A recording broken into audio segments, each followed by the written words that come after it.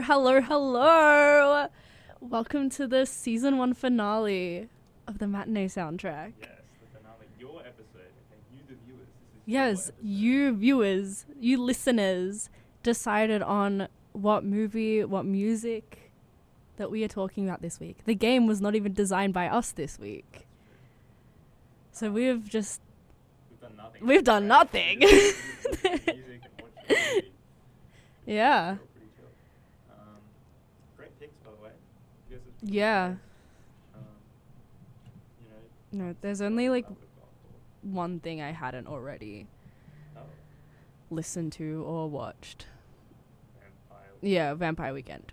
But like I knew a and couple of I was songs. gonna say, even, it's not a very long album, and I think 3 of the songs I already knew, and that was the Yeah. But for me, I mean, I don't know. I haven't listened to either or album at all. I hadn't seen Silence of the Lambs, and Oh Mike.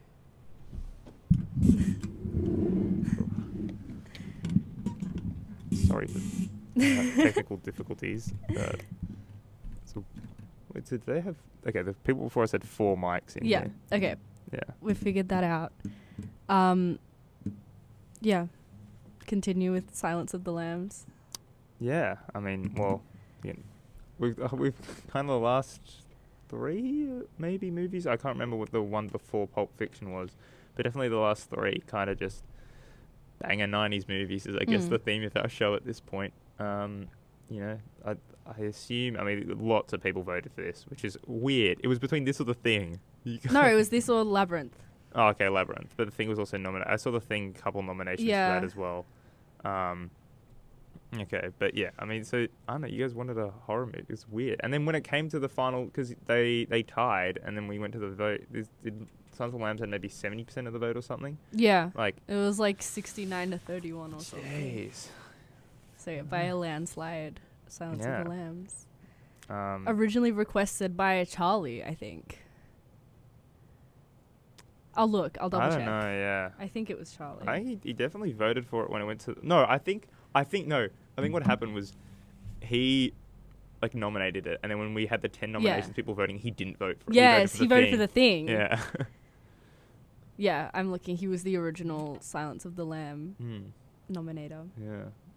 So, yeah, he gets... Wow, he's back-to-back weeks for him. He got to watch Heat with us, and then his movie gets selected. Lucky Good day boy. to be Charlie. Yeah, not a good day, bro. He's at school. He's probably the only person who's voting who's still in high school. But, yeah, I know. I mean, again, one of those movies where I hadn't seen it before, but I knew about Hannibal Lecter, seen probably 6 minutes worth of screen time of his stuff, knew about Clarice Starling, knew about Buffalo Bill, knew about the skinning of the women and how he wants to make a dress, and how there's the whole thing of, oh, is he a transgender or transsexual or not? Like, what's the whole thing there? And obviously knew some infamous lines that everyone knows. 80s liver with some fava beans and a nice Chianti, having an old friend for dinner.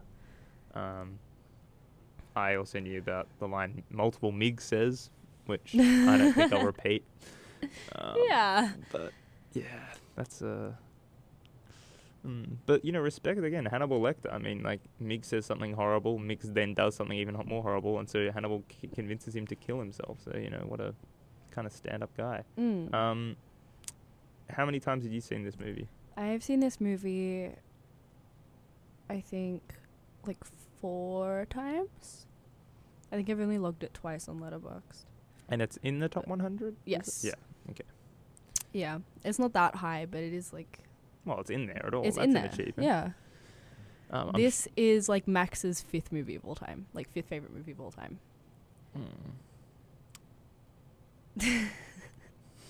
I mean, it's a movie where it's like, I don't know. I mean, I'm assuming most people, I mean, obviously, I'm pretty sure most people love this movie, not just like it. It's why you love it, though. You know. But it's influenced... No, he kept like commenting on the cinematography a lot. And he's a film student, so... I was going to say, the only thing, I guess, cinematography-wise... It's just like the subtle things about it, I guess. The only thing I really noticed was that I thought was kind of neat was the way they do the setup. Even though it's pretty obvious and most people would see it coming, the whole Clarice coming to the door, and it's actually, you know, she's the one at his place, not the other guy. I was watching an episode of 30 Rock this morning, and they did that. Okay. That was the only thing, like, I guess cinema technique wise, I thought was like that interesting. Everything else was kind of just like, I don't know, kind of standard movie stuff, which is why I don't think it won cinematography. I'm pretty sure. No, it was. It would just won the. It did only win the big five. No, but did it only win that? And then we have to get into, not a valid best actor win because he had like 15 minutes of screen time. Yeah. And it's like, to their credit, it doesn't feel like that. It feels like he's in the movie more, but I was having a sort of debate with Max like before we started watching it, because we're looking at the show Hannibal, and I was like, Hannibal's not even the main character, it's Will Graham, but he's like, but Hannibal's still a main character, and he was like saying that, well, it's the same as Silence of the Lambs, he's not the main character. I know, that's what I'm saying. I'm like, he's not even the main character, he's not the main character in Silence of the Lambs, it's Clarice. But Max was like, he's still a main character. It's stupid. Well, he is a main character. Yeah, but I'm like, the protagonist. He just wasn't agreeing with me that Clarice was the main character. She is. And we open and end the film with her. And he's like, Hannibal's like haunting the narrative. Yes, he is haunting the narrative, much in the same way that you'd say Darth Vader or the Emperor haunt the narrative of Star Wars, but not the main character. Exactly. It's Luke Skywalker. Like, Sauron haunts the narrative of Lord of the Rings, but he's not in it much. Like, yeah, but and it's a shame because if he'd won, obviously I think he should deservedly win Best Supporting Actor for this. Yeah. And it would be, everyone talks about how it's, it's a robbery and he didn't deserve Best Actor. And it's a shame because if he'd won Best Supporting, it would be like, it's one of the best wins of all time for Best Supporting Actor. And then, but then, you'd say, okay, so then it technically wouldn't win the Big Five. But I think the Big Five I think the Big Five should be recategorized, okay? It just means picture, director, either of the screenplays, because this one adapted screenplay and that's valid. And then it should just be 2 acting wins, but one of them has to be a lead. So if you have a Best Actor and a Best Supporting Actor, that counts. If you have a Best Actor and a Best Supporting Actor, like any combination, including one of the lead Oscar wins, that should count as a Big Five award. Because some movies physically don't have 2 leads, so they'd always be ineligible, or like 2 leads of different genders. Like, I think you should have an acting win from each gender, and one should be the lead, and that should be the qualifying thing. Because, it's like, like, in theory, Oppenheimer should be eligible. Oppenheimer, low-key, I don't think it counts because, so if Downey Jr. didn't win, but Blunt did. Did Blunt get nominated? I can't remember. Know. But say Blunt did, or Hugh did. I was so tapped out of that movie. I did not like that movie that much. I'm talking about the Oscars, though. I know. Have you tapped into the Oscars? That year, I did watch the Oscars that year, but I was just, like, zoned out because I didn't really care about Oppenheimer. Such an invalid opinion. Anyway, if that, because Downey and Murphy won, but if Downey had swapped it for Blunt or Pugh, then that would count in my eyes as a Big Five, because there is no female lead in Oppenheimer, and most leads don't. Like in this movie, there isn't a male lead. It is Foster, and then there's a accompaniment of male guys around her, which is kind of the point that there's, all these surrounding men. That actually, in terms of cinematography, that was the other thing I think. Outside of the coming to the house, I really loved all the little glances and POV shots from Clarice. That was really cool. It's not, again, I don't think it'd be anywhere close and should not even, I hope it didn't even get nominated for Best Cinematography because it wasn't like that. I didn't feel like it should have done that for me. Because even the POV shots are just standard POV shots. And it's kind of silly because it'll be a whole, 360 turnaround with silence, and then once she finally turns to Barney, I think it is, who will be speaking to her, then he speaks, and it's like, okay, so you're telling me in universe she stood there silently for 10 seconds and nobody said anything, and then when you finally turned to face her, he was like, so, be careful around the doctor. I'm just looking at, I wrote 4 notes watching this movie. Yeah. One of them is Bros of the Groundhog, and that was my Letterboxd review as well. That doesn't make any... Well, explain that. Because when we were having our debate about main characters, Max, as a joke, was like, and who's the main character of Groundhog Day? It's not the groundhog. Well, how is that part of his argument? I don't... just as a joke, I guess. But anyway, the whole time, every time Hannibal Lecter was on screen, we would just like Bruce the Groundhog to disprove his point. So glad I didn't watch it with you guys. I would have Yeah. found that insufferable. But we've watched it that many times. We didn't need to like. Well, I he's watched guess. it that many times. You hadn't watched it before. No. And other notes? What were the other notes? How do we know Jeff Buckley wasn't Buffalo Bill? I watched the Jeff Buckley movie with Patrick on Monday, and there was like a whole part in the movie that was like Jeff Buckley loved butterflies, and he would go like to the zoo in Memphis all the time, and would like he like filed a complaint against the guy that was in charge of the butterflies because he didn't think he was caring for them well enough. And he would go there all the time because he loved the butterflies. So I don't know, just correlations. Not really. He wasn't a transsexual. He wouldn't have had the time. He was busy making music. No, he lived in Memphis for a while. Just You're acting like Memphis is that close to Belvedere, Ohio, or well, like West it Virginia. could have worked.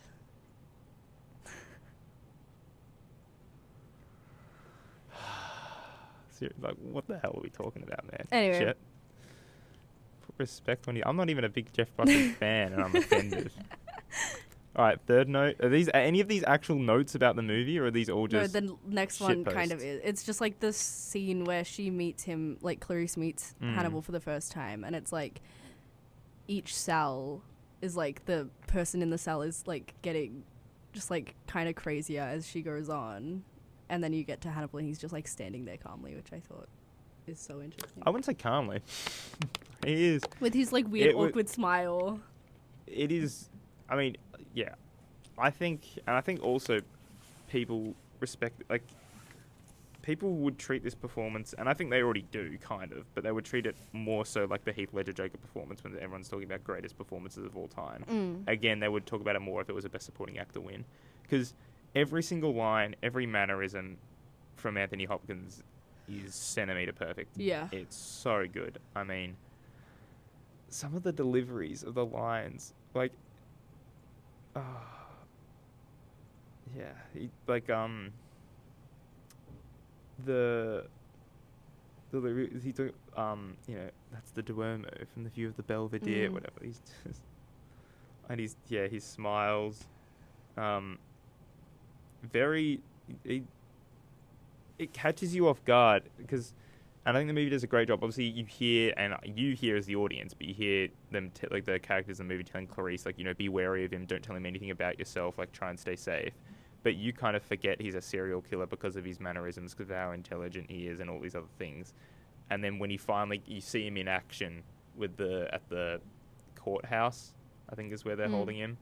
And he just beats up the guys with a nightstick, and then he bites in the face. You're like, oh, yeah, here's the serial killer. And then after they've shown you that, they don't even need to show you him killing all the people in the ambulance. You just hear them say the entire crew is dead. He wore the guy's face.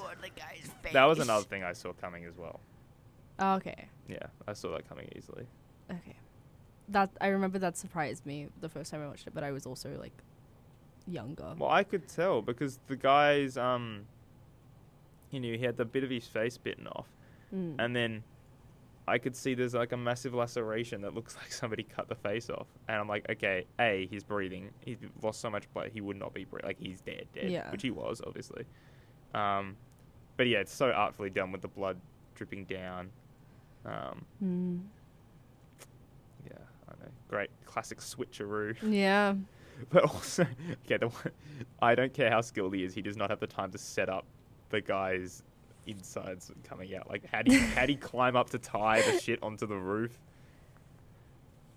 Just don't even question it. Nobody's just appreciate his art. Nobody's checking in with these police guys who are meant to be guarding him for like what must have been 30, 40, if not an hour for him to do all that.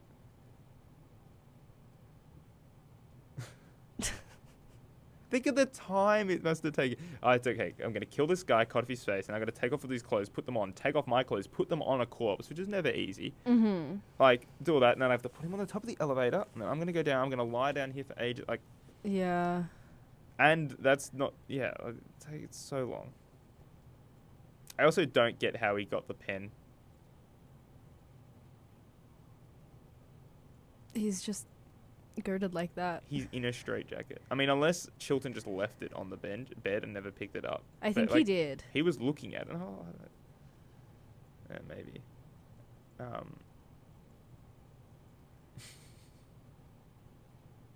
is he like? Oh god, the way he talks to the senator as well.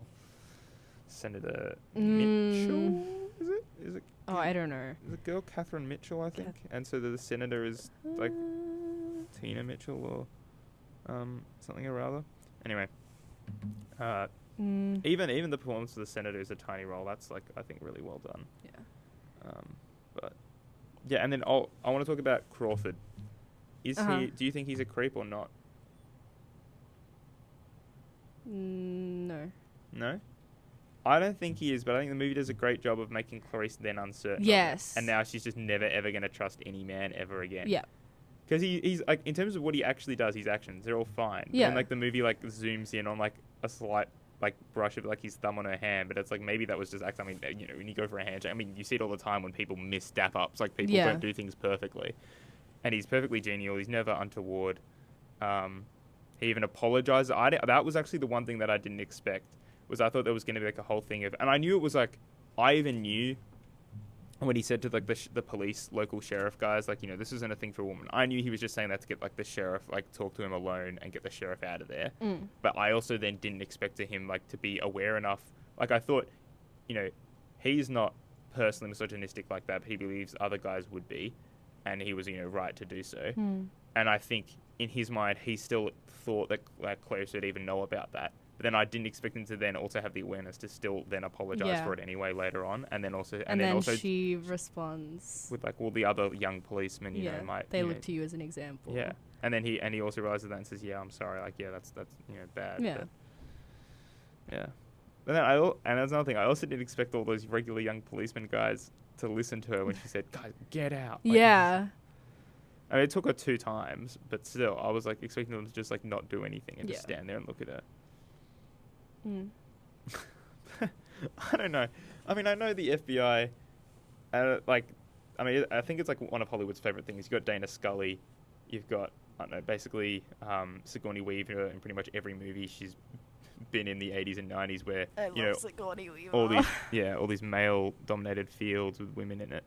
But, like, again, it's the FBI. Like, most of these guys would have wives or girlfriends. Like, why are A, all of them single, and B, suddenly surprised that there's a single, there's a woman. One woman at the thing. Like, yeah. There are also it's not female... like she's the only woman there are even female at training, receptionists. like, yeah, exactly. Not even at training to be an agent. Like, I guess like it is rare among agents, but even, like, around the building, you'd be seeing women everywhere. Yeah, exactly. The reception, in, like... It makes you'd see all the female politicians come in, like the senator. Like, also, we've got word in Senator Ruth Martin. So it's Martin's the last name, as I was looking for. Okay, yeah. Oh, that was a review I saw. Like, why didn't Catherine just shut the fuck up? Oh my god, the dog. That's like Max's review is like saying how I am. Wait, I'm gonna do a reading of the review. It was not a nice review. Anyway, oh my god, Charlie XCX watched Heat, so she actually might listen to. What the fuck are you on about? I'm looking at Letterboxd. Oh, is she on Letterboxd? She's on Letterboxd. I follow her on Letterboxd, and her most recent watch is Heat. So What'd maybe you rate she it? listened to our. She didn't give it a rating, but she gave it a heart. So maybe she Not listens using to our Letterboxd, show. You don't rate it. Maybe. Or more likely than not, as I said, she saw one of the thousands of Heat posts daily on Twitter. Probably from somebody like Zoe Rose Bryant, who's a very big creator. Anyway, proof that I'm apparently a misogynist is that I cared more about the dog than Catherine.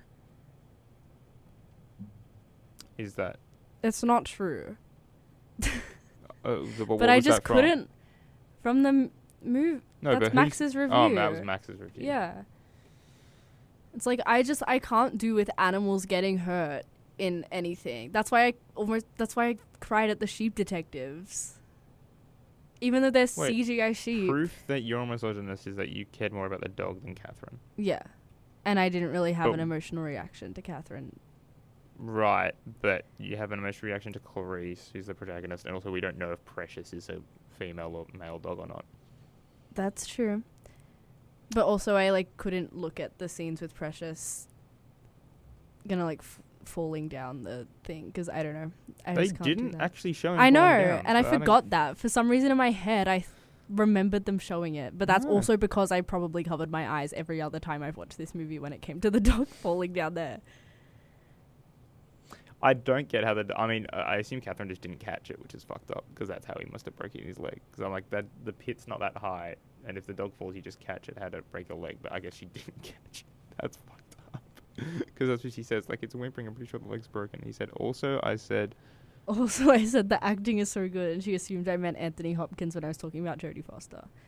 Well, when did he say that? In my defense, I'm pretty sure it was a scene. Oh, where it's a close-up of Anthony Hopkins, I think so. Oh, the close-ups in this movie. That's really cool. Yes. Really. Also, really Max says that he was talking more about the acting than the cinematography. For the record, I don't think the cinematography is too special. There are just a few mentions. I was going to say this is another movie in the pantheon for me that's movie cameras we did not need to improve cameras beyond the 1990s. Yes, I agree. There was zero reason to. You have more color, and you could the ability to do things with cinematography and color and schemes and hazing and whatever. It looks better in the 90s than it does now. Yeah. And also, it's not like there's no, it's never blurry. It's never grainy or anything. I mean, grain is good for certain kind of things, whatever, but it's never hard to see or unclear. I mean, even in the 50s, you can say things were cleared, but that's mainly because it was remastered. But they didn't need to improve, bro. I mean, know. It puts me so off seeing new movies. Oh, yeah. Unless I'm new TV actually shows. Really wanting to see it. Yeah, and TV shows. I mean, you watch Twin Peaks, you watch X-Files, what else? I mean, anything that wasn't even in up to the mid 2000s with Criminal Minds, I guess, as an example. It's I watch the old seasons of that, and then I get to the later seasons, and I'm like, what the hell? Well, because are we doing you now? Look at live stuff now, and it's okay, it looks like it was shot with an iPhone. Yeah. It's too real. You need this kind of glossy. It shouldn't. What you get from movie cameras, because you can't take out your photo and take a picture right now with an iPhone. You probably can with some other cameras and take a photo that looks like something from a 90s or 80s movie. But I just take a picture right now. It's the same definition of what you'd see in a modern TV show or any modern movie, and it's just that's not it for me personally. I'm like, oh, it's just it just looks nicer. The stuff, even just the opening shots at the beginning with the fog and the dreariness, and she's running through. Don't know why she's doing this whole thing alone, and how the guy knows that she's just gonna, because she's summoned to Jack Crawford's office. The guy just knows that on this presumably quite long, because we see her running through a lot of it and doing a lot of stuff. Yeah. He just shows up at the right time to be like, oh, yep, you're here. Stop this Starling. Get over to Crawford's office. How does he know she's gonna be? I don't know. And also, is it not hella dangerous to do that on your own? Am I wrong for thinking that? One wrong thing, say the rope thing. If one of the feet, and I know part of it's skill, but you'd still want somebody else with you in case you roll your ankle or something to help you. I don't know. But maybe it's those things where you have to book it before you use it or something. Because there's a lot of people at the... Yeah, but in terms of all the the one where you're pulling yourself up with the rope, there's 2 ropes. Yeah. And the rope thing's definitely big enough for 2 people to go up side by side, which I think it would be useful because you'd usually be racing somebody, would be the idea. Yeah, true. And I was also going to say, I mean, I don't know really, did you ever watch Mindhunter, the David Fincher Netflix show? I watched part of it. About the guy who Jonathan Groff's character in that and Crawford are based on the same real guy who created the behavioral science unit and created the idea of serial killers, because nobody believed serial killers were an actual thing. It was just, everyone, there was just bad. There was no way to predict and, track personality traits and how to catch these guys was impossible because, who could kill somebody? We don't know what kind of person would do that. They'd always say, they're like, devils or whatever. Yeah. And that stuff's only been around since like the late 70s. Like the idea that serial killers exist and like they're a kind of person and that you can, track them. But it was just kind of funny to me having watched Mindhunter before this. And I mean, David Fincher's very like a realist guy. Like you see, so I assume he wasn't. I mean, he might have been slightly inspired with different hallway choices and like props and stuff like around the FBI offices. But it's probably more likely that the FBI offices just look like that. So I think it's kind of cool that like it looks like the same to me. And in my head, every single show that has FBI officers, they pretty much all portray Quantico and like the FBI headquarters as looking the same. Like it makes it very believable to believe they're all in the same universe and all real, because for some reason American media gets it down pat. They all have this one idea. Okay, this is what FBI agents wear. This is what they look like. And this is kind of how they act. Like there's actually within the FBI itself, there's not a lot of, I guess fucked up shit. Yeah. And shout out Clarice. We don't see that much evidence of it because there's not really many people of color in this movie. But apparently she challenged Crawford when he was speaking at UVA on the FBI's civil rights record under Hoover. So, ally Clarice Starling. Yes. Yeah, I don't know. What's your least favorite part of the movie? My least we've been favorite part? glazing it the whole time. Well, I can think of my favorite part. My favorite part is like in the night vision glasses. Okay, and she's like stumbling around the house. He gets so close to it. He's so close to it, and it just makes me feel so disgusting. Doesn't make sense how he doesn't make any noise though. I know. I'm like, can she not hear him breathing? Especially after a minute and a half of it, her ears would naturally just get really attuned to hearing breathing and his footsteps. Like it's creaky ass floorboards are in a basement. But aside from that, also, why is that basement so big? He probably dug most of it. I think the well was there. I don't know. It's just I assume he built the well. Yeah, I guess. But it's like crazy. That's like that's bigger than his house. Yeah. Clarice also suffered from, I'll say the one thing, this is my least favorite part about the movie, is got him at gunpoint, hands up, don't do anything or like I'll shoot. Yeah. And then as soon as you pull the trigger and kill him, like you gave, like I understand once you realize it's him, you don't just pull out and shoot him and plug him, which is obviously that's if like legal systems didn't work or whatever, or that I guess if she operated like most policemen and not FBI officers in America, she would just plug him and kill him, which is like morally that's the right thing to do, but obviously legally, give him stuff like that, give him rights, whatever. But once he runs away, you are well within your rights to put a fucking bullet in his back. Like, as soon as he moves, just shoot him. Like, you have him there. It does not take long for you to pull a trigger. Yeah. Like, she didn't even fire a shot when he ran away. Like, that was, like, the one thing I'm like, okay, that's dumb movie protagonist stuff. And I guess they wanted to have the basement scene and all that. Yeah. But they could have done it. Like, maybe he, like, I don't know. Like, say there was, like, a mug of, like, coffee just sitting there. And he, like, flung it at her. And then, like, she, flinches and shoots and misses. And then he runs away and they get down there. I just don't like that she had him at gunpoint and he ran and she didn't. Like, that's just so stupid. Like, why would you do that? You gave him opportunity. You said, like, you're under arrest. Like, like, I've got you at gunpoint. Don't do anything stupid. And then he does the thing to get away and she doesn't shoot. It's like, okay, girl. Like, what the fuck? She's been so perfectly competent up to that point. Yeah. Also, major fumble on Buffalo Bill. Like, he's like, I didn't know him. I just bought the house. Oh, actually, I do have like a phone card. I got somebody's phone number on like this card, whatever, and lets her inside. He could just be like, I don't know him. And she'd be like, well, shit. Guess that's that. I'll go to the next place, whatever. Yeah. Like, why do you invite her in? I guess he wanted to like kill her and like throw off the scent. Like, he was like scared that they were onto him, but yeah. The hell? Like, even then, she's at his house already.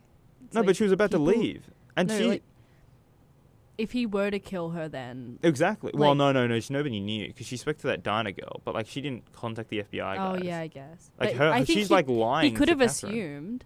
He could have assumed that. Well, exactly. He could have... Exactly. Less reason to invite her in. That's what I'm saying. Yeah. Goofy guy. Yeah. Could have gotten away with it if it wasn't for that meddling Starling. What was your favourite part? Oh,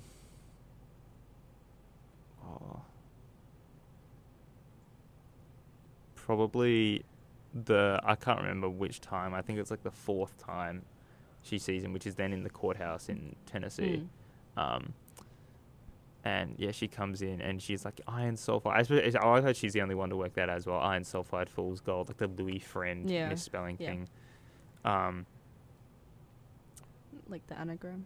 Yeah, the anagram. It was way better than the whole yourself storage clue. Yeah, that was clunky as hell. But Yeah. the Louis friend one was good. Fool's gold, and yeah, going in, and then the whole thing of like, was that your touch? The whole thing about the island, like singing. She's like, yeah, like you got me. Oh fuck that Chilton dude though. I wanted a whole cutscene of him getting eaten up. Then I would have been like, yum, yum, yum, yum. Baltimore can be a fun city if you got the right guy. Kill yourself. Kill yourself. Much. Apparently, the Barney guy is in 4 other movies. He's in like the 3 spin-off movies. Who? The Barney, like the guy who Lecter likes, because a couple times he like calls for Barney's help. Like, yeah, when Chilton's coming in and abusing him, and he's like shouting for Barney. He's like the guy, as I was saying, when she has the POV shot where she does the 360 and it turns to him, he's the African American gentleman who's the orderly, I guess is what you'd call him. Yeah. Yeah, he's apparently, because I was like, oh, he looks familiar. I was trying to see what other stuff he was in. I didn't end up seeing anything, but I was like, yeah, he's in Hannibal Rising, and Red Dragon, which I think are the 3 spin-offs. Which I think I've seen Red Dragon. How many of them have Hopkins? Just because he's in another one. I know that as Hannibal.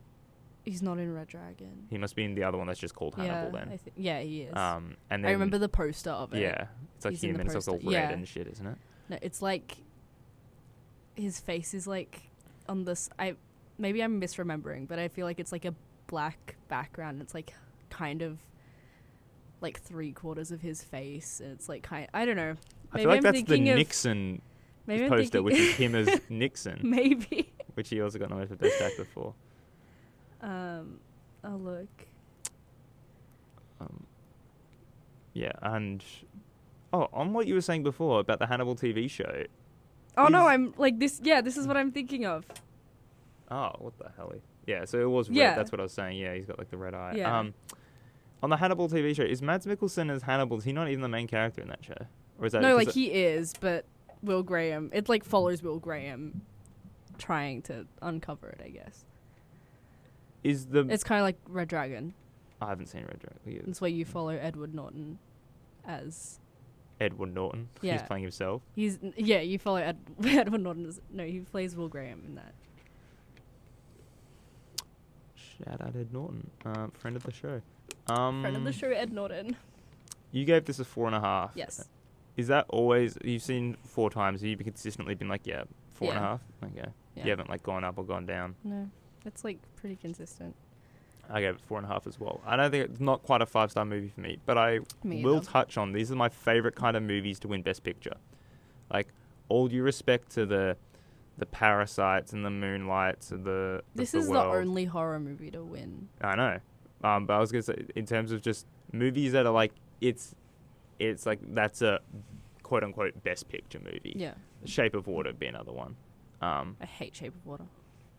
That's my vibe for most of those kind of movies that win. Like, I don't hate them, but I'm like, it's my least kind of win. Like, I mean, like, because I just think it's boring. It's like, yeah, obviously this is like the movie that's trying to say the most in the year. Like, another example of that would have been, and like this is probably the pinnacle of this kind of movie, but also the exception that proved the rules, as in it's one that, you could not give it to it, like Schindler's List being one. And then you have the fuck ass movies like Forrest Gump, but I hate that movie. But what I'm getting at is those kind of movies where they give it to one that's just like, oh yeah, I mean, it's just like it's not a Best Picture bait movie. It's just a really good movie and overwhelmingly so good. Everyone's just like, yeah, like that's the best one. Like The Departed would be another win like that. That's a fucking crime thriller. It's like very funny at certain bits, like messed up, gory action, whatever, and. Yeah, everyone's like, yeah, okay, that was so good. We have to give it Best Picture. Those kind of wins are my favorite. As opposed to, again, all respect to the One Battle After Another's of the world. and that deserved, and that was my favorite movie of the year. I'm happy it won. Yeah, me too. But my favorite kind of wins are the ones with the Academy just goes, yeah, this one was so good. Fuck it. Like, you guys win. You win it all. Yeah. What are you looking at the Max screen is for? commenting on you saying, is he not the main character? And I said, yeah, like he is, about Hannibal. In the TV show? In the TV show. Okay, Like, what's he commenting on that for? he said, got your ass. Proving his point that Hannibal is the main character. In the TV show? Yes. Well, But he's whatever. not. Well, He's I a main character. don't really care about that discussion. We're not talking about Hannibal the TV show. There are no matinee showings of TV shows. There are only matinee showings of movies. Yeah. Yeah. Anyway. Yeah. Banger movie. Great suggestion by Charlie. Charlie. And great work on all the other people nominated who voted for it Yes. except from Charlie. No, I think he did in the final. No, in the final. in But the I mean, like, poll, in the but- actual bit that mattered. Like, because, I I mean, know. well, if Charlie had voted for it, we wouldn't have had the poll. If he'd voted for Yeah, that, that's true. it would have won. Yeah, Should we'll we do probably shout outs to what? for people who voted for it?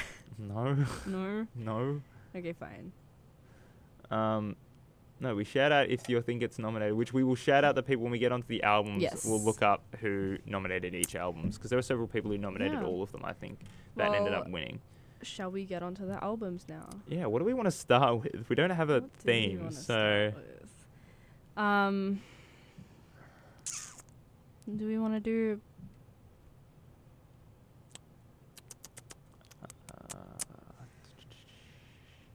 Rumours? sure, whatever. We'll do Rumours. So this is Rumours by Fleetwood Mac, suggested For by... those unaware, For those unaware.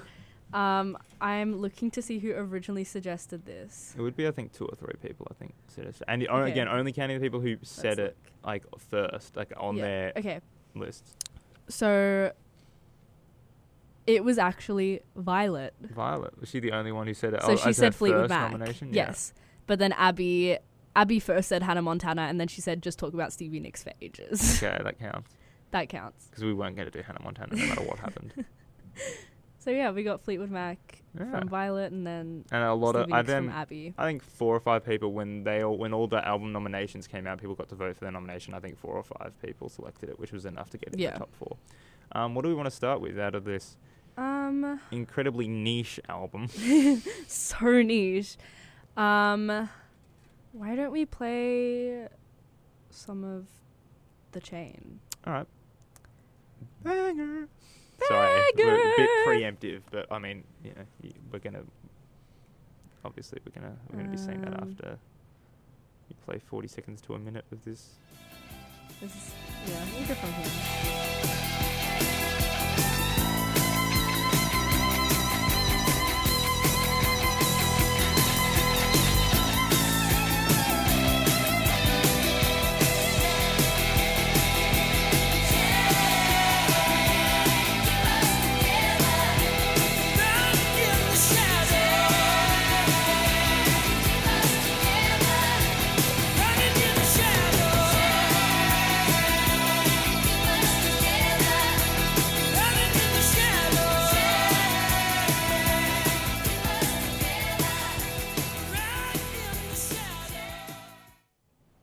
Banger! Banger! Yeah. Yeah. Yeah.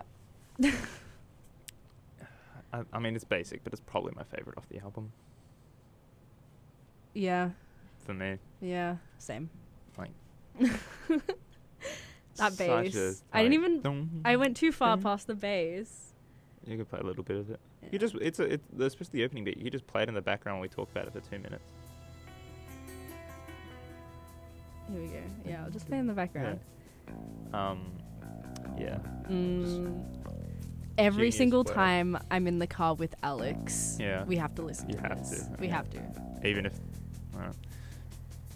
I was gonna say amazing needle drop in Guardians of the Galaxy Volume 2 when I haven't watched it. we should watch it just for this. No! I mean, every James Gunn movie has great like soundtracks. Guardians of the Galaxy Volume 2 being no exception. Yes, we're doing Guardians of the Galaxy week next semester just to make her Oh watch my it. God. But yeah, please this is don't. an insane needle drop. Like, out of nowhere, it just hits the even if you don't love me now, you will never love me again. I can still. And the best part about the Guardians of the Galaxy needle drops is that because of Chris Pratt's character's obsession with because he left Earth in like the 70s or 80s, and he has like a Sony Walkman with him, and he listens to pretty much all the stuff that's in the like all the songs that are not, all the songs that are in Guardians of the Galaxy. They're ones that are meant to be like on his playlist. Yeah. And so you can like canonically, like when he's listening, when the needle drops come in, it's like, oh, like the whole gang in the movie itself are actually listening to this. Which is like really cool because they play this to like a slow-mo walk scene when the gang's about to split up and like do different things for like I don't know, for their plan or whatever. Right. Yeah, just a banger. Yeah. This was the only song on that album that multiple people like worked on writing together, and it was like the whole band working on writing. Oh, really? Yeah, every song was like written individually because they were all beefing. They were not getting along. They only talked about music. That was like their rule. Yeah, Charlie told me once that I can't remember who it was, but somebody in the band said it was like, oh, it's the most dysfunctional like group I've ever worked with, or something like that. But then I brought up the point of that cannot be true. Toxic, maybe yes. Dysfunctional means, doesn't work, doesn't create an end product. This album sold, 37 million? It's like the top 10 all-time selling, like something ridiculous. Yeah. And the band's very successful. So dysfunctional is not the word. These guys clearly were successful. Yeah. Is this their best work? I haven't listened to enough Fleetwood to know. Yeah, I think it is. Okay. Yeah. I love, it wasn't, Stevie Nicks and Lindsey Buckingham weren't in the band for the first few albums. Like, this is their 11th album, but I think only the second with them in the band. So it was all just, nothing really like this. Just, different stuff that I haven't really listened to. Damn. It's I've listened to a couple things, but I don't care for it that much, but maybe I need to re-listen. But, yeah, because it was, Buckingham Nicks. They had their album together. Yeah. And then they joined Fleetwood Mac. And they were together, and then they were just in this on and off relationship writing Rumours. And then Christine and John were married for 8 years and then divorced writing before I think they started writing this album. So they were going through a divorce. Isn't that similar to ABBA? Weren't the four members of ABBA the guys they were married, and then are they? I don't think they're still together. I don't think so. Bands, bro. Crazy. Bands. But yeah, I mean, there's Go Your Own Way. Dreams is Dreams bigger than The Chain in terms of known songs? Maybe. I don't know. I really liked You Make Loving Fun, which Christine wrote about her new boyfriend, who was I know, he was I think he did lighting on their tour or something. Right. And then she lied to John and was no, it's about my dog. To not stir up more beef. Oh, the actual such drama divas, everyone. Oh my god.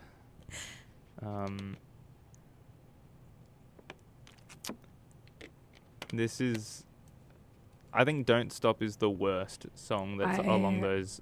Well, I was going to say my least favorite on the album, but also in terms of songs that their titles are along the lines of Don't Stop, Can't Stop, Don't Stop Me Now, the worst one. Yeah, probably. Can't Stop. That's the one I don't care about on this album. Don't care for. Yeah. I didn't care for Don't Stop. Yeah, I don't know. Yeah, Never Going Back Again. The guitar part on that. Yeah, very good. It's so impressive. It's so beautiful. Gold Dust Woman is weird, but I love like it. I like it, but it's a weird one. That's probably my second favorite after The Chain. I feel like this album's a 7.5 out of 10 for me. I don't think it's as the other albums that are ridiculously high selling, like Dark Side of the Moon, Thriller, they're better to me than this. I really like this. I think I rate it at an 8.5 3. I will concede. I think it's amazing road trip music. Like, Yeah. great shit to throw on in a car on a 2-hour plus drive. Yeah. I would highly recommend that. Mm.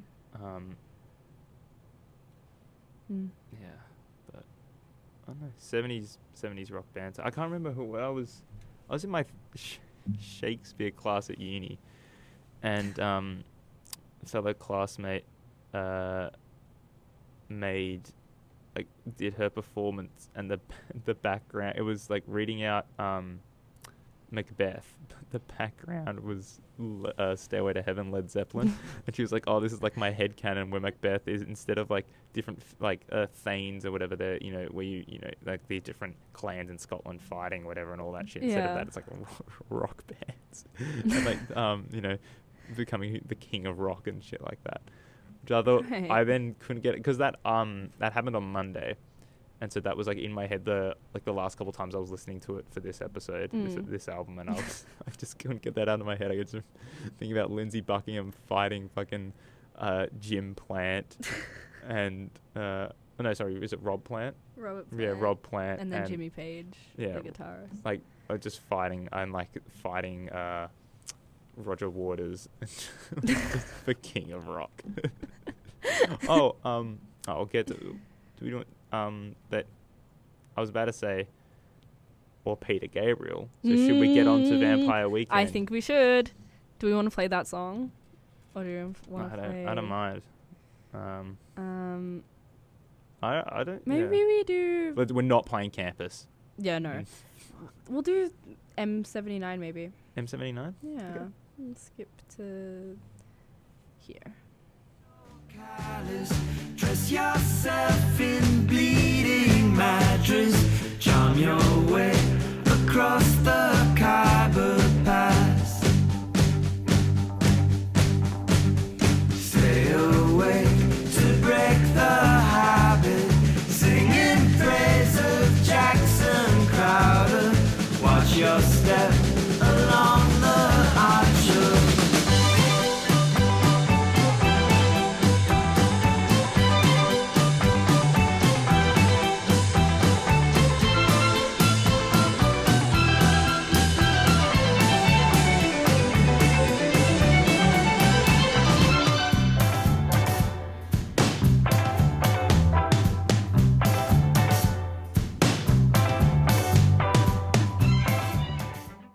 Jeremy's dance moves just then.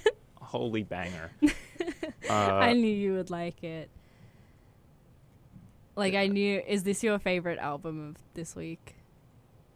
No. No? No. Oh, Abbey Road. Yeah, Abbey Road clears, bro. I forgot we were doing that. But I will say, between this and Abbey Road, there's Daylight then between Rumours. Like, is the third favourite. It's a big gap. Yeah. Yeah. I hadn't listened to this album before. I heard A-Punk before. Didn't know what Campus was. Just knew that was a TikTok sound. I think I'd heard Blake's Got a New Face before. I hate that song. It just pisses me off. Yeah. I like it. Well, I like it. I don't like Campus. I don't really vibe that heavily with Oxford Comma. I don't mind it. I don't know. There's not a lot of songs on this album that I like a lot. It's like, I don't mind them. Yeah. It's okay. So is this your least favourite album? Yeah, definitely. Okay. And it's the only one I hadn't listened to before this week. And I'd like listened to songs from it and I didn't really vibe with them that much. So I just never really gave it time. I really love The Kids Don't Stand a Chance as an ending track. I like it. I like that one. And I think great opener as well, Mansard Roof. My mum looked up what the hell that was. Apparently it's some weird roof where, like, 4-sided roof, and it's flatter and then gets steeper. Like, they all have it's like, all sides are flatter, and then at the same point they all get steeper, which is like weird. Okay. Yeah, so I don't know what relevance that has. Well, thank you, Rosie, for looking that up.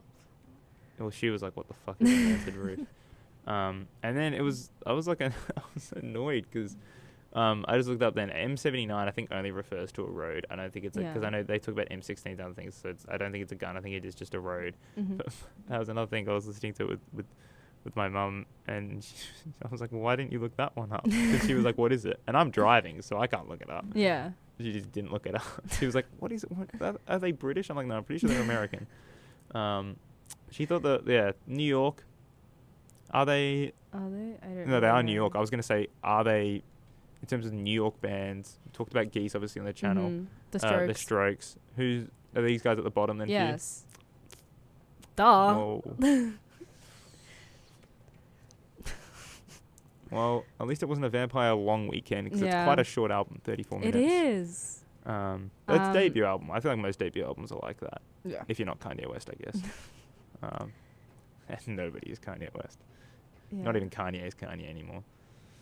Yeah, there are a couple songs I did quite like. I really liked M79. Yeah.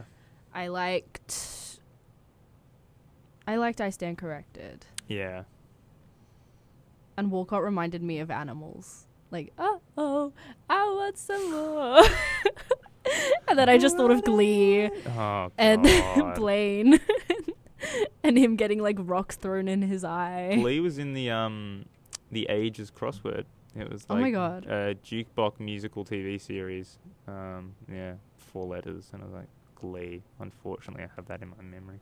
You're welcome. Bryn is kind of nothing to me though. Yeah, same. Cape Quad Quasquatzers. Thank Weird you for title. the Peter Gabriel mention. Yeah. Oh, what does he actually say? Is that he's just like, It feels so unnatural. Natural. Peter Gabriel too.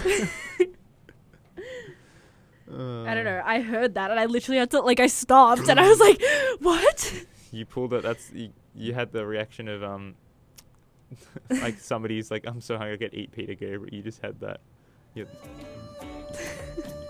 I was on the train and I just sat up. I was sleeper agent activation. So natural, Peter Gabriel. Peter So unnatural, Peter Gabriel. Yeah. Gabriel representation. I know. See, how is it not your favorite just off that? I don't think the rest of the song is that impressive. I don't think the song is that impressive to me, I guess. I don't know. I find it weird. I mean, I guess actually it does make sense that A-Punk was the big hit off this because it was their single. Yeah. But in terms of modern day, I still I see people talk about A-Punk. I don't really like it that much. It's okay. I don't even think it. I don't think it's maybe. I think there's easily 4 songs that are way better on the album. Yeah, I mean, for me, it's probably a 7.5 like Rumours, but I just probably prefer it more. Maybe just because I've heard some of the Rumours songs a lot, and I feel jaded to it, and this one felt more new, with the exception of A-Punk. So I don't know, maybe after a couple of listens I'll be like, oh, they're the same, and then maybe after a couple more I'll be like, oh no, Rumours is better. But yeah, well, I think I give this a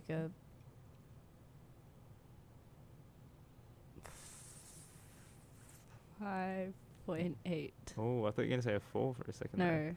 But you guys thank you to Ivy for suggesting this one. Not on our suggestions box. She just messaged me privately and was like, I would love to see this.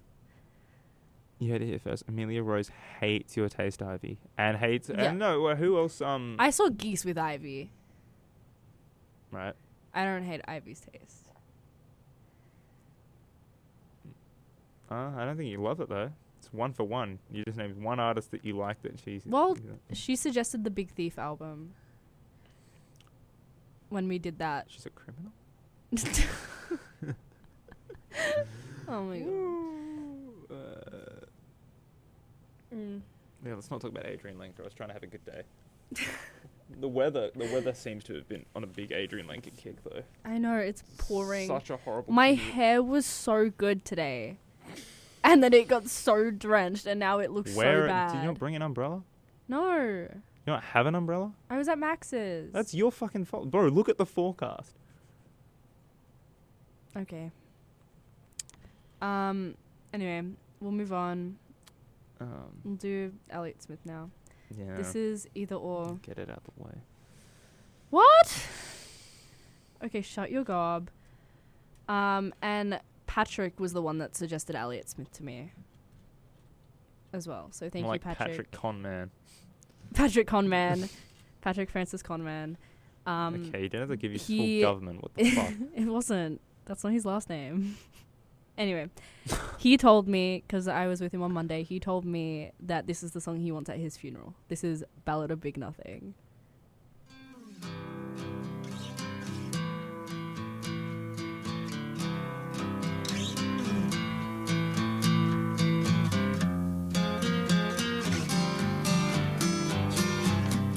Throwing candy out to the crowd, dragging down the lane. The helpless little thing with the dirty mouth who's always got something to say. You're sitting around at home now, waiting for your brother to call. I saw him down in the alley, haven't had enough of it all. Said you can do what you want to, whenever you want to. You can do what you want to, there's no one to stop you.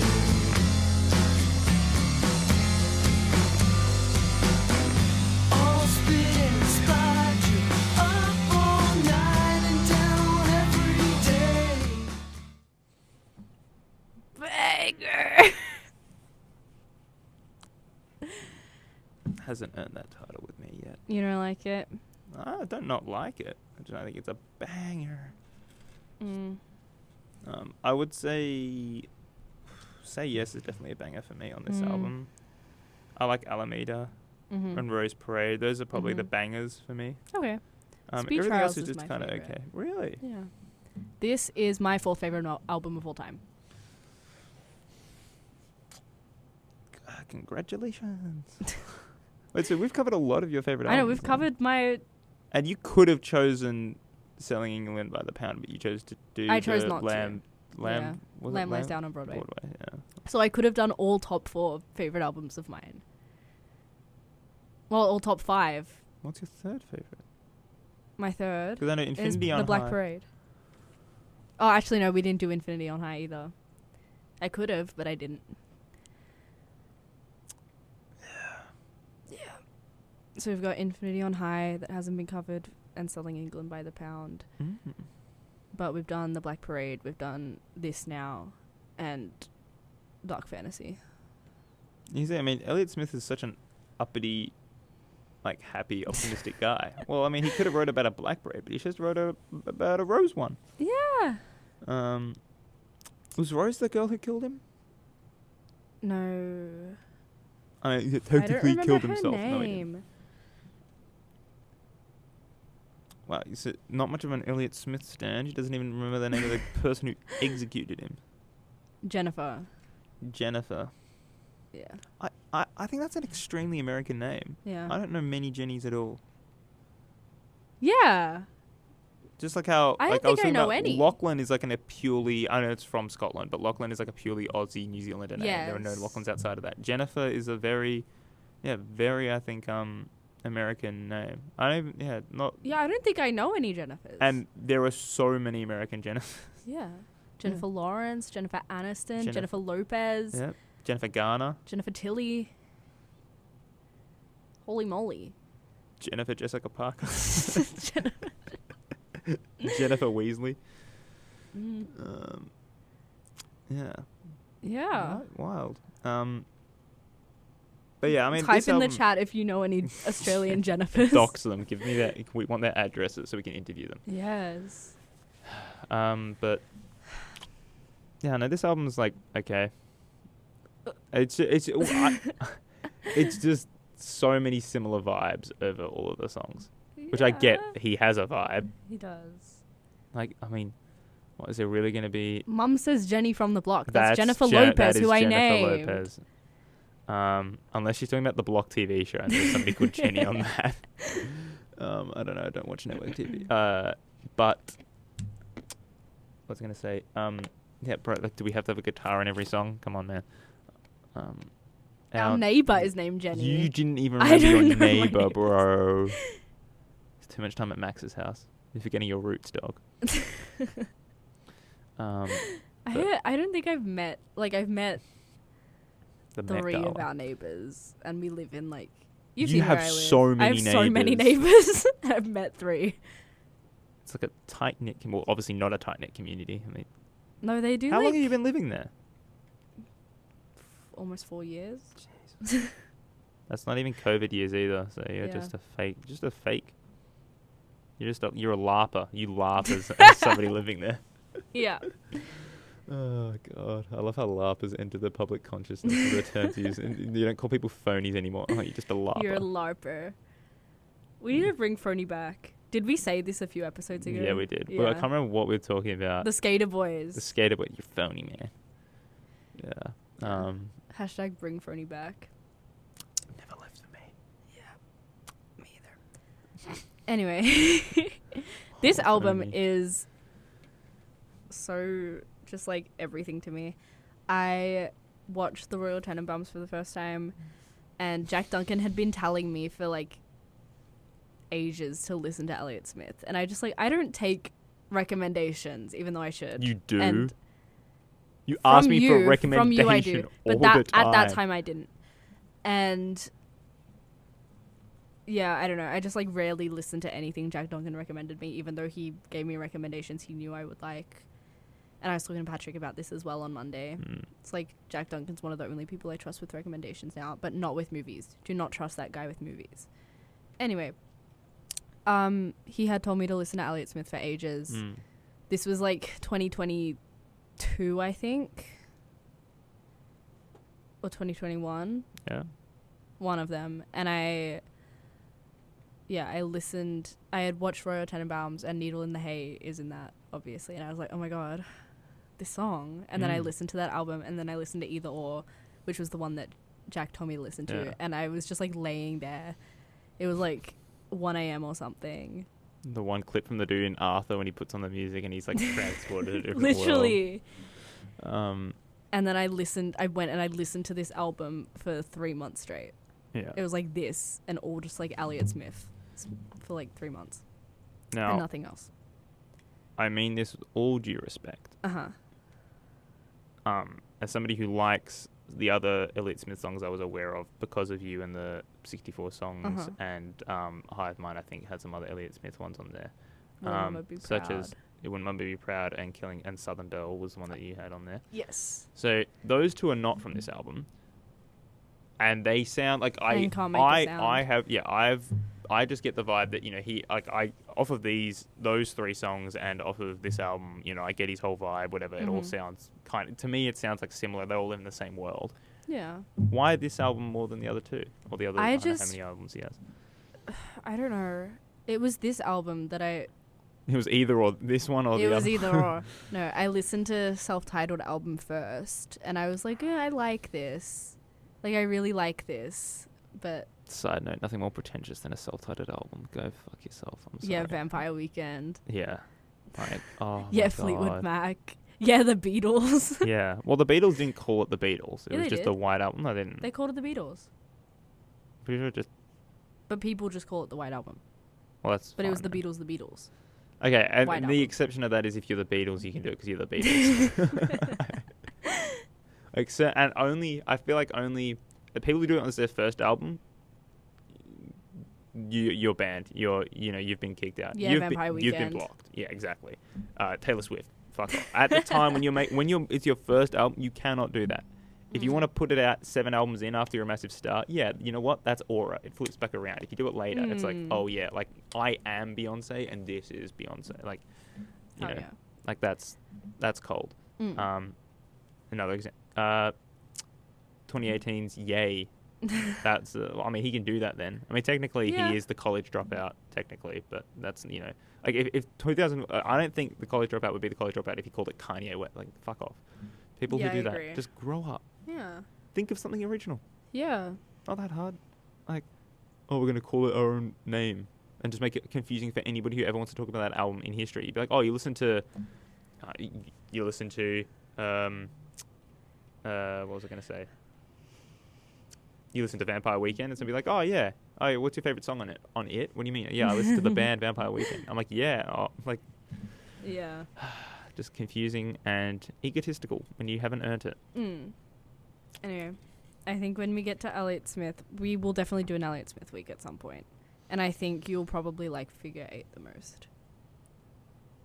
Which is the one with Can't Make a Sound. Do you figure I'd give it an 8? I figure you would. Only And that's only also an the 8. most Beatle-ish, like Beatle-esque one. Okay, well, Like you say, like talking you to a took a guy lot who's of only listened inspiration to from them. a Beatles album back to front 2 different times. Oh, sorry, 2 different albums. Yeah. So I don't have much an opinion on the Beatles. Okay. But Charlie would like that. Yeah, it's a show. Charlie, Yeah, Figure Charlie. 8. You should listen to Listen that. to Figure 8 by Elliott Smith. I'll probably get a reply saying, yeah, I already have, you Yeah. fucking moron. I'm Pretty Odd by Panic at the Disco. Don't actually. I don't think you would like that one, Charlie. But Chuckleberry. Sorry, that's what we call it. Chuckleberry. Yeah, because Huckleberry's a name. Chuckle. Yeah. It just flows, bro. You're just not on my wave. Like, come on, bro. Okay. 15. See, do you know anybody else who could have come up with that? 15. No. No, That's a good that's one. aura. Better than the shit you gang jam. Oh, God. Jeremy. I have... You know how many people just misspell Jeremy all the time? I get messages from, like, the kids I coach at... Because I tell them to message me, like, for soccer or, like, tennis. I'll tell them, like, if you're sick or you can't make it this week, message me so I can organise replacements, all that. Yeah. All they, like, and even teachers at the school who message me is like, oh, can you help fill in for this team, do this, whatever. People just misspell it all the time. How do they spell it? They'll spell like Germary or like Gemery. Like, it's all the time. It's like, it's a very simple name, but it's six letters. It's how Yeah. it sounds. Jeremy. There's no Yeah. confusion around it. In the What? screenshots posted this week, Spencer spelled it with I an know. extra E. I don't understand how that's possible. Like, it's a very simple name to spell. We should euthanize anybody who cannot spell Jeremy. I believe that. Like, that is, you shouldn't be, and if you can't do it, you shouldn't be allowed into this country. You shouldn't be allowed to vote if you can't do it. It's like, come on, six letters. Considering all the words, all the names that are hard to spell because they've got hidden things. There's nothing. Even if you spelled it, and this is an actual French spelling is Jeremie. Like, if you have the J bit and then the M and say you put an E at the end or you put EY, Jeremy with EY at the end, that's fine. You might misspell like that, whatever. But people say Germany. Nobody. Germany. Like, that's just not a thing. Or Jeremy. Like, they'll put 2 R's in. It's not an Oh, God, whatever. Jeremy spoken. You know why he spoke and killed himself in front of the Because they whole kept class? spelling Because his they kept name spelling his wrong. name wrong. Because on the whiteboard where they were putting gold stars next to people's name, it didn't have his name up. And he's like, I'm never going to gold star. It's like, no, you got 5, Jeremy. Well, no, Germany has 5. I have 0. Are we going to doing a Black Pearl Jam week? Probably. Then we can talk about Black. Anyway, Elliott Smith album. 7 out of 10. Oscar-nominated songs, kinda. Miss Misery was nominated for Best Original Song at the Oscars for Good Will Hunting because Gus Van Sant listened to this album and was like, this is like perfect for the vibe, and put Between the Bars, Angelus, and another one. Wow. I think Say Yes on the Good Will Hunting soundtrack, and then he wrote Miss Misery originally for Also, the Hunting soundtrack. common misconception about Good Will Hunting that Casey Affleck only got in because Ben Affleck's in the movie, he brought his brother along. Not the case at all. Casey Affleck was in a Gus Van Sant movie 2 years ago, 2 years prior to Good Oh Will my Hunting. god. Like, the reason he's probably in it is A, because he was already an established actor, probably more so than Ben Affleck was. Yeah. B, he'd worked with the fucking director who was like the big name that Damon and Affleck were like, oh my god, we got Gus Van Sant to like direct our movie. Like, they were big about it. And his brother had already starred in a movie made by Gus Van Sant. That was a whole thing. I can't remember who told it to me. And it was a thing that I believed. I was like, oh yeah, that makes sense. His little brother, he only got in because, and he's just playing a little role, whatever. No, he's been in a fucking movie with the director. Like, oh, that's cool. crazy misconception about Casey Affleck's career. People are like, oh, he got his big break because his brother helped him in. Nope, not true. Not true. And I keep, in crazy meme. I can't believe it's a meme, the whole thing of his character in Manchester by the Sea running to grab the gun and trying to kill himself. I haven't watched it. Well, you've seen the meme though, of Yeah. Casey Affleck running to grab the gun and it jams and they go and rush and stop. How is that a meme that people just like incredibly traumatic scene? Yeah. It's just all over the place. Speaking of all over the place, how messed up would an octopus's garden actually be? They don't have thumbs. Like, it'd be everywhere. And those are real things. I was looking up facts about the song. The reason he came up with it because he was like doing diving or something in Italy, and he's speaking to this Italian fisherman / diver guy, and he was like, yeah, no, octopuses actually, like, they'll drag pebbles and, you know, rocks around, and they'll have like a little garden in their head because they like having them around. Yeah. Yeah. Abbey Road. Should we play Octopus's Garden in honor of that? Sure. Yeah, why not? It's a very jolly song.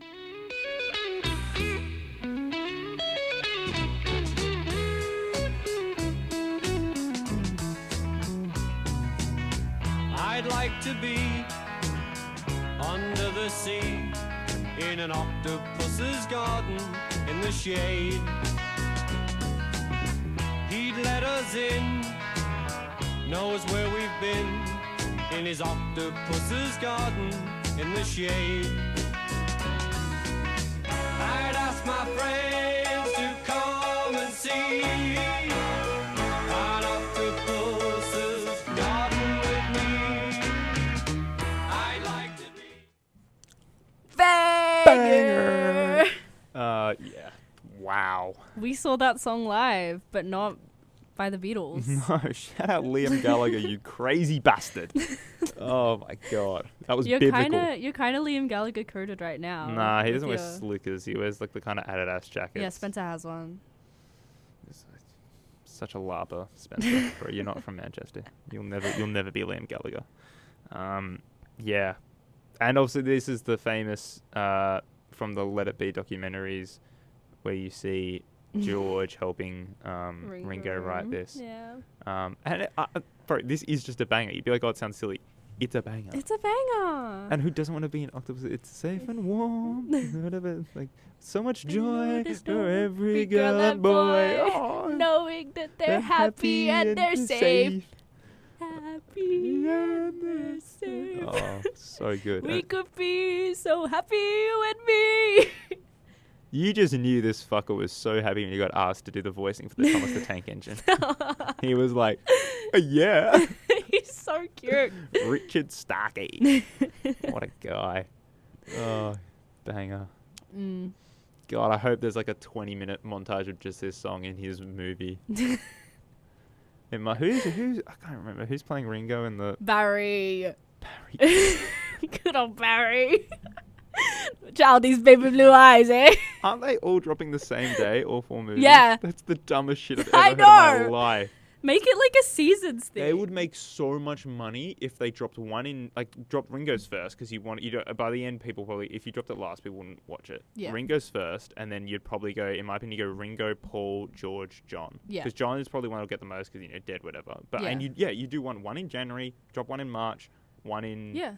No, January, No, like- April, July, and then drop one in Christmas or whatever. Like, Yeah. but you make so much fucking money. Drop I them all know. on the same day. Nobody... Make it, yeah, literally. There's So 4 of them. There's 4 dumb. seasons. Space it out. So dumb. I mean, I would maybe go see them all in one day. I But, would like to, but I don't think I could. You know why? Because that would be like 8 fucking hours. Yeah. And movie And cinemas money. they only open at like 11:30. Like, I saw one at 10 a.m. yesterday. oh wow, nice. Yeah. What'd you see? Sheep Sheep Detectives. Detectives, yeah. Shout out Sheep Detectives. Shout out Shout Hugh out Jackman. Sheep. A lot of Aussie representation, I think, in that. There Yeah. was Hugh Jackman. I think there was somebody else I can't remember off my head. Weird cast. I know. Weird cast. And the girl who's Hugh Jackman's daughter. I thought she was, because I've never watched Off Campus, but I see clips all the time on Twitter. I thought she was one of the girls in Off Campus, and she's not. Which means I respect her a lot more, because I hate Off Campus. Violet's obsessed with it, and Jack Duncan binge watched it in one day. Isn't it not finished? I have no idea. Whatever. Yeah, Abbey Road. Actually talking about Abbey Road. Yes. Yeah, I mean, this album is close to a 10. I don't think it is a 10 because of Maxwell Silver. Max made a music video to that in year 10. That's a poor decision on his part, I think. I have it. If you want to see, I which I don't. doubt. Oh, and Come Together. Great opening track, by the way. Come Together. The England national football team for their squad announcement used this, and like the whole, it's just 2 minutes of this song playing, and it's some of the most creative. If you're interested in like graphic design and stuff, highly recommend watching it. I think I've seen it. Oh yeah, it went massive. Yeah. Because and it's like all these other teams are just posting like a screenshot of like this is the team, or they'll do some other thing that's like not as cool, or it'll be like a long ceremony drawn out where they'll read out a name and like they'll come on and they'll talk to them. They just posted this 2-minute video. The beat, it's like, and I think it was a thing that English people always shit on England. Like they always talk about how bad our country is. They have to realize they have aura, bro, and that like, especially in like in the football world and also musically. I mean, the amount of how many artists have we talked about that are fucking British on this? A lot. Considering how small of a population they are, especially compared to the US. Like,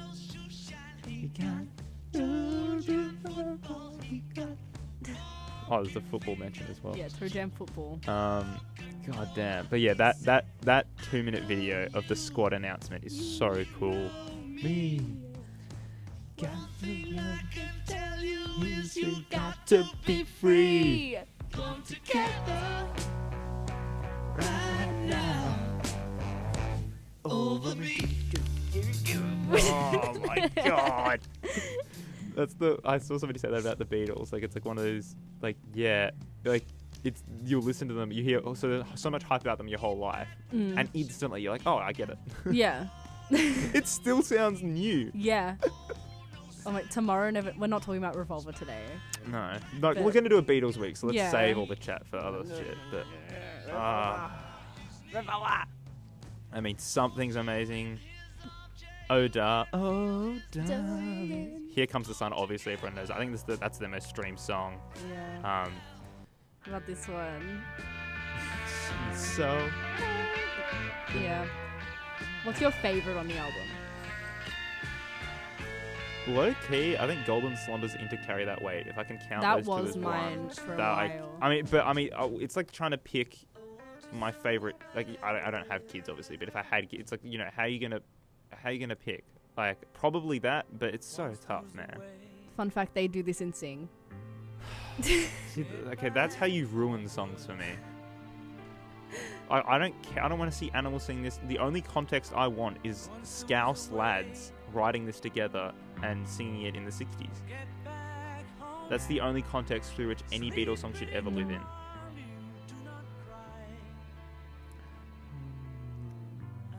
Another Jennifer sings this in Sing. The voice actor is Jennifer Hudson.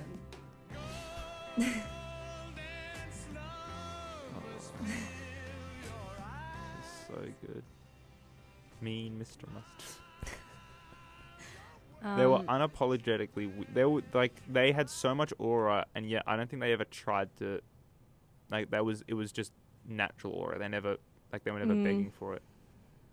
I mean, realistically, you're not looking for aura if you're letting songs called Mean Mr. Mustard on your album. Like, well, John kind of was like beefing, I guess, everyone at the time. I think he hated recording this album. I think he hated this album. I think. Yeah. I mean, rest in peace, I guess, but he's my least favorite. Yeah, same. Of the Beatles. Bro's evil. He seems like such a killjoy. You just spiked the My Chemical Romance in me, but we'll explain killjoys in My Chem episode. But he features in that England video. They're like, do you consider yourselves English? Because there's a whole thing of Scousers are like, you know, like other English. Like, do you consider yourselves English? And it's like, oh, I think we do. I think we're jolly English, actually. Jolly. Oh. A friend of the show, Sophie, is obsessed with the Beatles at the moment, and she keeps sending me reels. And this is one I woke up to this morning. I don't think we should make a song. Wait, no, it wasn't. That's this Tame one. Impala. Hold on. It's this. Now your hosts for this evening, the Rolling Stones. And now your host for this evening, the Rolling Stones. Just a Now compilation your of host John for this saying evening, this. the Rolling Stones. The Rolling and now Stones. our host for this evening, the Boney Rolls. The fuck? Have you seen that Family Guy clip? It's like, yeah, but about the Sgt. Pepper Lonely Hearts Club Band. It's like, yeah, I think it's a great cover, guys, but when it gets shrunk down to a CD, it won't look as good. And they're just like, Ringo, are you from the future? He's just like, yes, a CD is a compact disc. And I also know that I'm going to outlive two of you. And they're just like, oh, but before you tell us, I'm going to go into New York and come in and out of my building. And then George is like, and I'm going to go smoke a bunch of cigarettes. Oh. Yeah. Oh, us four little scouse lads. They're so... Should we talk about Paul is dead? The Paul What, is the dead theory, because conspiracy. he's in white. Yeah. No, he's not in... He's like... Oh, sorry, he's in barefoot. And like walking with the different leg. And like... You know there was what? like the number plate that said 28 and Paul was 27. And Why does that like, mean anything? I don't know. Wouldn't they all have been around very similar ages? I think, but like... I it also... was like John Lennon was like God or like a religious figure in white, like leading What, so him Ringo's or the something. fucking and devil? then Ringo's like, and yeah, George I is think the working so. man in denim. Yeah, George is like the gravedigger or something. That was the theory. So stupid. You know what? I think they thought, oh, these outfits will look cool, especially with like the crosswalk. And I don't think they coordinated that whole leg opposite thing. They were just like, oh, we'll walk at the same time. Yeah. It's like they shut the street down for like 10 minutes and they got like 6 photos I'll of it. put it on the story now, but myself, my two brothers and my dad, I think we did it pretty, obviously out of the thousands, if not millions of people who've done, Abbey Road imitations, we did it pretty well in terms of synchronizing, like having all of our legs apart at the same time and actually having it clear, no traffic behind us. And we got it and it was just free because like as soon as after we finished, genuinely 50 people turned the corner. Like it was crazy. And the outside the Abbey Road studios, there's so much writing on the fences there. People saying like, love the Beatles and stuff. It's London itself has aura, but especially around St John's Wood and Abbey Road in particular, there's just some great stuff. I'll put that on the story so for all of your viewing pleasure. It is on my personal Instagram as well, but and Charlie's profile picture. Yeah, it is Charlie's profile picture. Right, imagine not following us individually. Imagine not following Charlie individually. What are you doing? What are you doing? Come on, get your shit together, guys. Well, shall we give the album a rating? 9.8. A 9. It's not my favorite Beatles album. It's like not even... Maybe it's third favorite Beatles album. Maybe fourth. Depends. But yeah. I love it. Oh, yeah. Anyway, shall we move on to the quiz? This quiz has been put together by Max. I have the things here. I can't see any of them because he's like covered them up. He's covered them, yeah. In Discord. Right. So I'll like reveal them one by one, I guess. But it's basically synonyms. It's So an like example would be, and a better version, Lucifer exhibits Gucci would be a better one. Where obviously that's Devil Wears Prada, and every word's just swapped out for something, a synonym that would sound like the it. nouns and the verbs. I don't know if this is on here. It would be hilarious if instead of it was just that. Yeah, so I guess we're going to play. Okay. I haven't seen any of these. So. Yeah, me either. Okay, first one. The Lambs FBI. The Lambs... Oh, it's the Sheep Detectives. Okay. Yeah, okay, we got that one. Next one is Crush Fantasy. Something Dream. Broken Dream. Crush Fantasy. I feel like Smash. Destroyed Dream. Was it Love Dream? Crush, it could be like a love instead of like a verb. Crush. Oh, yeah, true. Love. So was it Crush Fantasy was the thing? Crush Fantasy. And we also, if we need, we get 2 hints. We get a year and like a cast member. I'm thinking, I feel like it'd be like Love Dream or something. But Crush Fantasy. Is it 2 separate words? Or yeah, 2 separate words. Crush Fantasy. Yeah, I don't know. Do you know? No. Like, do we want a star or a year? I'd want a year. A year? 1994. Okay, these that Pulp came out Fiction. Then. Crush, yeah, yeah, that's it. It's Pulp Fiction. It is Pulp Fiction. Yeah. Okay, third one. Shank's Openly Gay. you want to look at that? Shanks. Shanks openly gay. Something closed openly. Shanks. What the fuck? Shanks openly gay. Shanks could mean stab, or it could also mean just like horribly misuse. Like a shank is like a really bad kick in footy, so I got no idea. Year or star? Go star for variety, Star. I guess. Jamie Lee Curtis. Everything Everywhere All at Once. Definitely not that. It's not Knives Out. Wouldn't be Halloween like- H2O or any of the Halloweens. Why is that the one you go to? I'm just thinking of Jamie Lee Curtis movies. I'm just running them off in my head. It's not the one Freaky with Friday. You Oh. Again. True Lies. That's the one season with Schwarzenegger. Do we want a year? I guess. 2017. I don't know a Jamie Lee Curtis Oh movie my that came out in God. 2017, so I'm out of this. 2017 Jamie Lee Curtis. I mean, if we just don't know the movie, then we don't know the movie. Shanks openly gay. I think he went through stuff we've watched. I don't think I've seen a Jamie Lee Curtis movie in 2017. Jamie Lee Curtis 2017. Come on, clutch up. I don't know. Well, I guess we can. What's the answer? Oh wait, he corrected it. It's 2019 actually, not 2017. Well, thanks, Max. Okay. Fucking hell. 2019 Jamie Lee Curtis. Is it Knives Out? It must be. Shanks openly gay. Knives Out Or openly gay. Yeah, okay, Knives Yeah, Out. That's. Yeah, okay. it's Well, Knives Out. See, I don't like that either because that's two words replacing one. Yeah. Like openly gay instead of out. Okay. Anyway, yep. Next one. Bones Erect.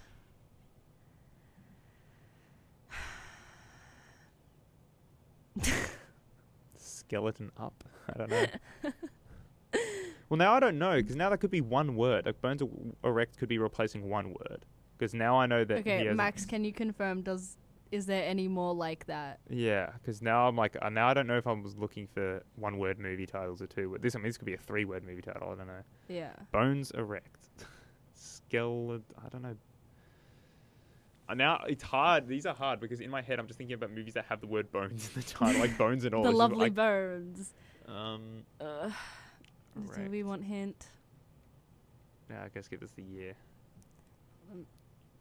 Yeah, Max says it's 2 words. Okay, the 'Kay. year. Bones Erect. The year 1988. This is Die Hard. He's saying that he's gonna say that bones is die and then erect is hard. It's Die Hard. Okay. I don't get the bones to die thing, but like Yeah, okay. I don't know that as a phrase, but all right. Yeah, it is Die Hard. Is that a term people use? I don't know. Like you died, you boned. Max's best friend just messaged me, "What's up, raging misogynist?" I don't What? Is that probably you're saw known the in- silence is that of what the he Lambs refer- review. No, that's him talking to his friends, and that's how he refers to you. Oh, like, I was, the raging misogynist was at my house tonight, whatever. Like, I can't go out tonight, guys. I got a date with a raging misogynist. Yeah. Damn. Yeah, maybe that is the case. And we will be talking about that when I get home. Okay, next one is Stoned Devotion. No, what? Oh, Stoned Devotion. Is that Punch Drunk Love? No. Devotion. Something. Oh. Cold Fidelity? High Fidelity. High Fidelity, yeah, whatever. Yeah, that's it. Yeah, High Fidelity. Okay, do we want like another hint? Yeah, no, I think that is. Yeah, What are you talking know. about? That is high, Okay. Stoned High Loyal Devotion Fidelity. It's Yeah. High Fidelity. Sorry, that's our episode name was Cold Fidelity, guys. Sorry, Yeah. I'm just so Yeah. mad they soundtrack pilled. Okay, he said that he put quotes around every phrase that represents one word. Okay. Okay. Sexy Lint. Hot Fuzz. Okay, I don't know what I was gonna say. I don't know what the fuck. Okay, yeah. Yeah, we were right. Well, I was right. Yeah, Okay, nice. next. Boring Minstrels Club. Boring Minstrels Club. Is this the... That's there would be something singers because a minstrel is like a performer, a singer, club, group, team. Boring Minstrels Club. Boring Minstrels Club. It's gonna be singers, I think. I don't know. Do you want a hint? Yeah. Star or year? Star. Robert Sean Leonard. I don't know who that is. Dead Poet Society. Okay, that makes sense. Yeah, it is. Okay, next one. Ponder the Netherlands ambition. The Netherlands in quote. That's Dutch. Ponder, think, wonder, Dutch, ambition, dream, Dutch dream. I don't know any movies that have the I word have Dutch no in the idea. title. Holland. I don't know any movies that have Holland in the title. Or like, Is Robert Shaw Leonard the guy who plays Wilson in House? yes. Okay. Yeah, I got no Man. idea. I want a year.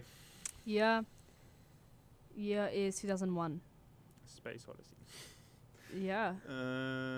Oh, it's Mulholland Oh. Ambition Drive, Mulholland. What was the first bit? Something. Ponder the Netherlands. Mole. Yeah, mole. So Okay. he's made one word into three there. Yeah. Fucking hell. Okay. Okay. Yeah. Okay. Next one. What? Max. We've got two quotes. We've got Gambling Den, Quarter Pounder. Gambling Den. Casino Royale.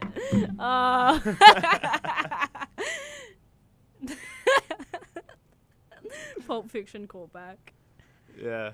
Okay, next one. What? Terra Nullius for geezers. No Country for Old Men. Yes. Okay.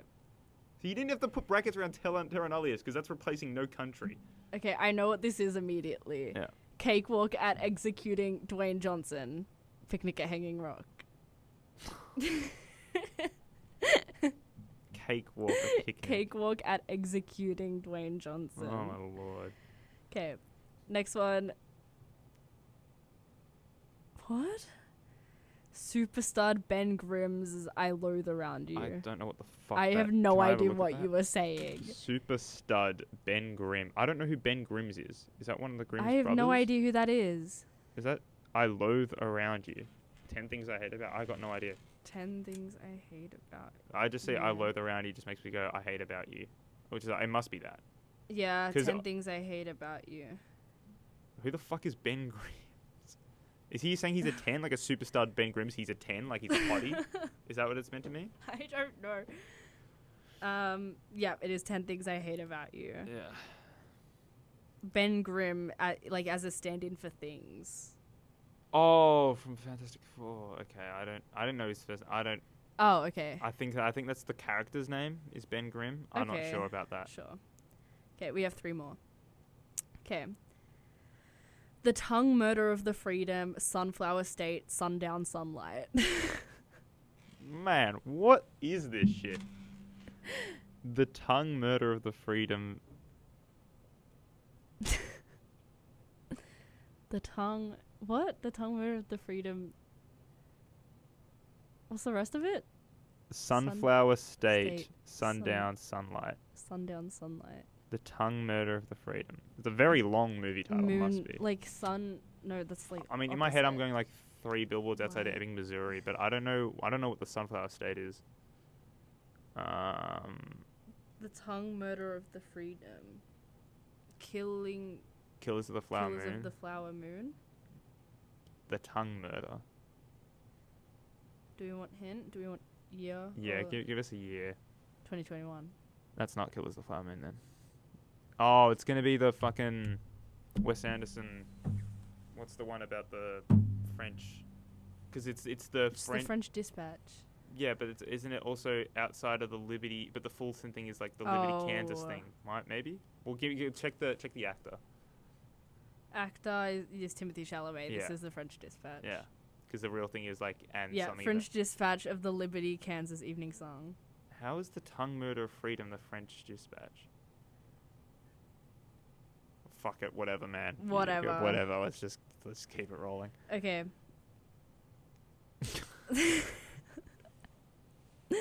Ice cream float guy loving the ice cream float poetry.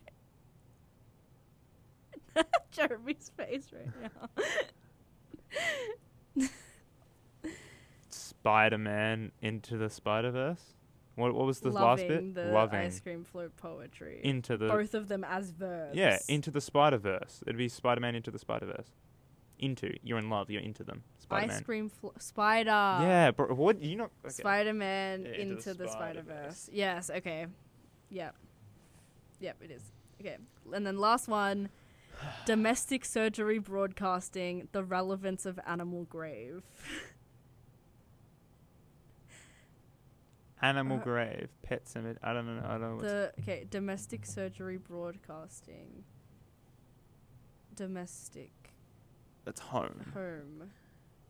Home surgery broadcasting, the relevance of animal grave.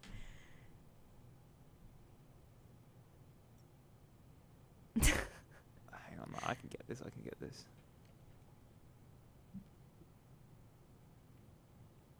Is this like the relevance of animal grave? Nah, just give us the star. Star. This is a film series, I reckon. This is a Mission Impossible one. It's like Shooty gut. Oh my god! It's the importance of being earnest. Oh my god. But what's the first bit? Oh, the Royal National Theatre. Oh my god. You and this freaking thing. It's not a movie.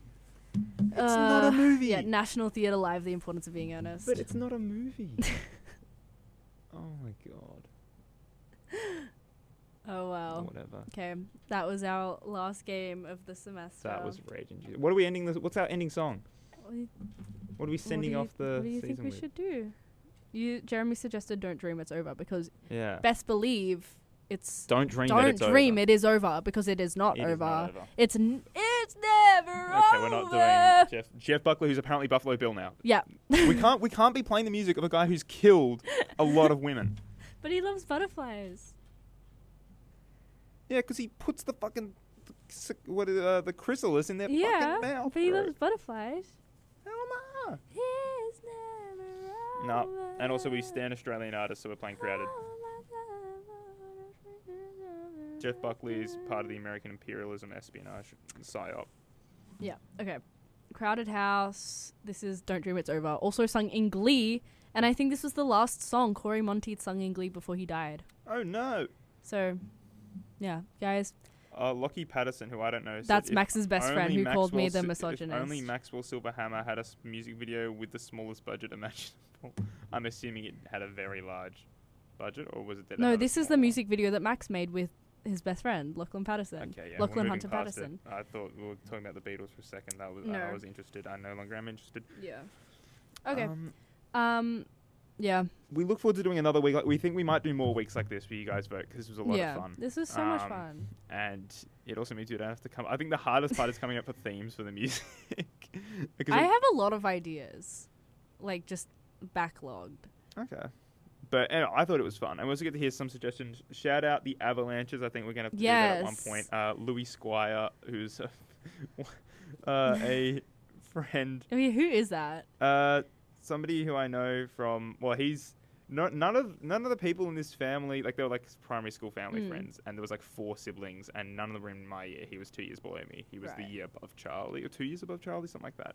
Okay. Anyway, but yeah, haven't seen him in a long time, Louis. Yeah, it sucks about Richmond at the moment though. They're shit.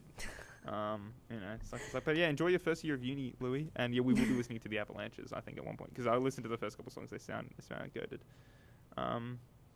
What the hell does that say? It's from my grandma. She said, "Thanks for your entertaining shows." No, what's the bottom bit say? Just from Carol, my grandma. Great, thank you, Carol. Thank you, Carol. Yeah, thank you for a lovely semester of tuning into us. We will be back. Do not dream it's over. With a vengeance. With a vengeance. So for Maxwell and his quotation quiz. Yeah. Okay. I like it better when I make the games. Maybe Maxwell will be a victim of the Silver Hammer. Be a victim of me. And my golf club. Bang, bang, Jeremy's golf club. Golf cup. All right. Remember. Golf equals Jeremy. Yeah, never forget I've golf been equals Jeremy. Jeremy. She's been a raging misogynist. Let's go. See you next semester. See you next semester. Yeah, Max is getting jumped next Matinee episode. Season 2, episode 1, Max gets jumped. Tune in. We just do a whole real thing where it's just, Why I oughta. why I gotta teach you a lesson. What was that wise guy? Okay, do not dream it's over. We will be back to beat on Max. Stuck to the pavement like glue.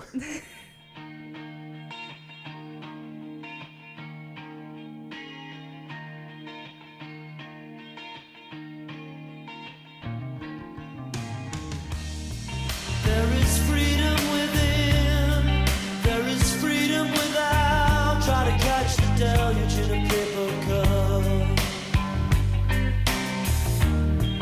There's a battle ahead, many battles are lost, but you never see the end of the road while you're traveling